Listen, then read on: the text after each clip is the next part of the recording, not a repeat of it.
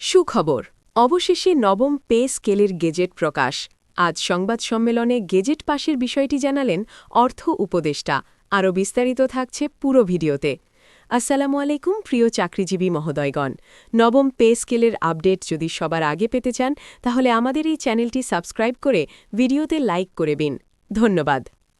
নবম পে স্কেলের গেজেট প্রকাশ। এই ঘোষণার মধ্য দিয়েই সরকারি চাকরিজীবীদের দীর্ঘ অপেক্ষার অবসান ঘটেছে। আজকের সংবাদ সম্মেলনে অর্থ উপদেষ্টা স্পষ্টভাবে জানিয়ে দিয়েছেন, নবম পে স্কেলের গেজেট আনুষ্ঠানিকভাবে পাশ হয়েছে এবং এটি এখন রাষ্ট্রীয় নথির অংশ। এই ঘোষণার পর থেকেই চাকরিজীবী মহলের স্বস্তি, আশাবাদ আর নানা প্রশ্ন একসাথে ঘুরপাক খাচ্ছে।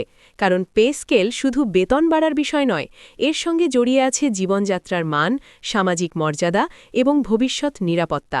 দীর্ঘদিন ধরেই সরকারি কর্মচারীরা একটি বাস্তবসম্মত বেতন কাঠামোর দাবি জানিয়ে আসছিলেন। মূল্যস্ফীতি, নিত্যপ্রয়োজনীয় পণ্যের দাম বৃদ্ধি, শিক্ষা ও চিকিৎসা ব্যয়ের চাপ সব মিলিয়ে আগের পে স্কেল বাস্তব জীবনের সঙ্গে আর সামঞ্জস্যপূর্ণ ছিল না।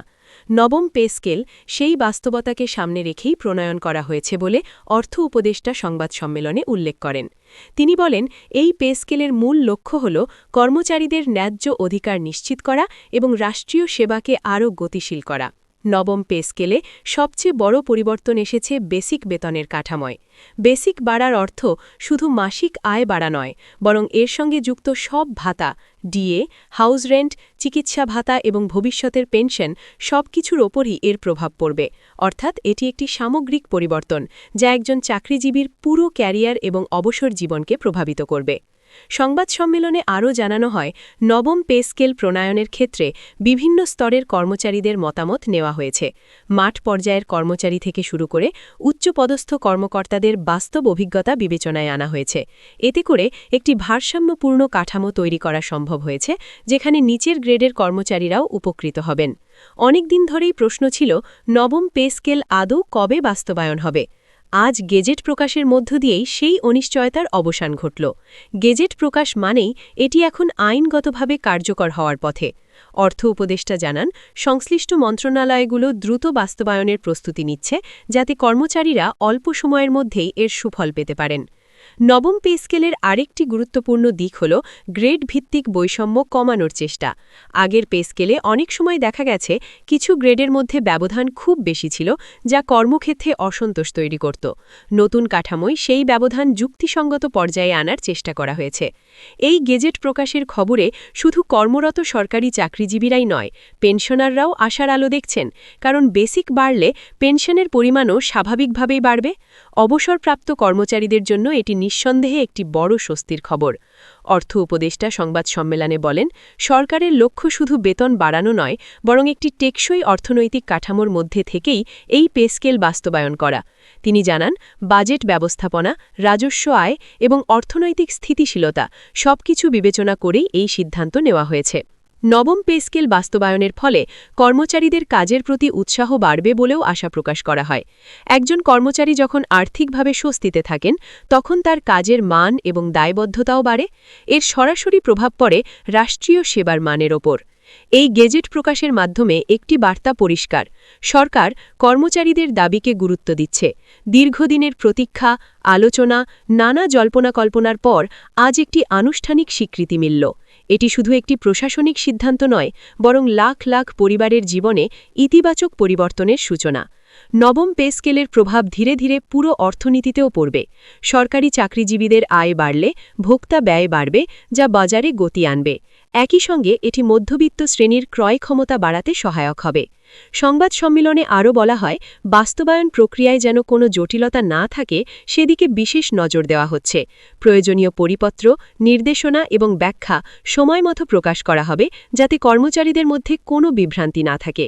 এই মুহূর্তে অনেকেই জানতে চাইছেন, কবে থেকে কার্যকর হবে। অর্থ উপদেষ্টা ইঙ্গিত দিয়েছেন, গেজেট প্রকাশের পর প্রয়োজনীয় আনুষ্ঠানিকতা শেষ করে দ্রুত কার্যকর করার পরিকল্পনা রয়েছে। যদিও নির্দিষ্ট তারিখ উল্লেখ করা হয়নি, তবে সরকারের প্রস্তুতি যে এগিয়ে আছে সেটি স্পষ্ট। সব মিলিয়ে নবম পে স্কেলের গেজেট প্রকাশ একটি ঐতিহাসিক মুহূর্ত। এটি দীর্ঘ অপেক্ষার অবসান, আশার বাস্তব রূপ এবং ভবিষ্যতের পথে একটি গুরুত্বপূর্ণ ধাপ। সরকারি চাকরিজীবী, পেনশনার এবং তাদের পরিবার সবার জন্যই এটি একটি বড় সুখবর, যা আগামী দিনে তাদের জীবনে ইতিবাচক প্রভাব ফেলবে। এই সিদ্ধান্তের মধ্য দিয়ে সরকার একটি বার্তা দিয়েছে, কর্মচারীদের অবদানকে স্বীকৃতি দেওয়া হচ্ছে, তাদের জীবনমান উন্নয়নের বিষয়টি গুরুত্ব পাচ্ছে। এখন সবার চোখ বাস্তবায়নের দিকে, যাতে এই গেজেট কাগজে সীমাবদ্ধ না হয়ে বাস্তব জীবনে পূর্ণভাবে কার্যকর হয় এবং প্রত্যাশিত সুফল এনে দেয়। নবম পে স্কেলের গেজেট প্রকাশের এই সিদ্ধান্তের পেছনে ছিল দীর্ঘদিনের বাস্তবতা ও চাপের হিসাব। অর্থ উপদেষ্টা সংবাদ সম্মেলনে ইঙ্গিত দিয়েছেন, সময়ের সাথে তাল মিলিয়ে সরকারি বেতন কাঠামো হালনাগাদ করা ছাড়া বিকল্প আর ছিল না। বর্তমান বাজার দর, বাসা ভাড়া ও দৈনন্দিন খরচ বিবেচনায় নিয়ে এই কাঠামো তৈরি করা হয়েছে বলে সংশ্লিষ্টরা জানিয়েছেন। নতুন পে স্কেল কার্যকর হলে নিম্ন ও মধ্যম গ্রেডের কর্মচারীরা তুলনামূলকভাবে বেশি উপকৃত হবেন বলে ধারণা করা হচ্ছে। এতে করে দীর্ঘদিনের জমে থাকা অসন্তোষ অনেকটাই কমবে বলে মনে করছেন সংশ্লিষ্ট মহল। একই সঙ্গে সরকারি চাকরির প্রতি তরুণদের আগ্রহ বাড়বে বলেও আশা প্রকাশ করা হচ্ছে। আর্থিক নিরাপত্তা বাড়লে কর্মচারীদের পেশাগত মনোযোগ ও দায়িত্ববোধ আরও দৃঢ় হবে। নবম পে স্কেলের ফলে বিভিন্ন ভাতার পুনর্গঠনও নতুনভাবে আলোচনায় এসে দাঁড়িয়েছে। বিশেষ করে বাসা ভাড়া ও চিকিৎসা ভাতায় বাস্তবসম্মত সমন্বয়ের ইঙ্গিত পাওয়া যাচ্ছে। গেজেট প্রকাশের পরপরই বিভিন্ন দপ্তরে হিসাব নিকাশ শুরু হয়েছে। কে কোন গ্রেডে কতটা সুবিধা পাবেন তা নিয়ে আগ্রহের শেষ নেই। এই পরিবর্তনের প্রভাব শুধু বর্তমান কর্মচারীদের মধ্যেই সীমাবদ্ধ থাকবে না, অবসরপ্রাপ্ত ও ভবিষ্যৎ পেনশনাররাও এর সুফল পেতে যাচ্ছেন।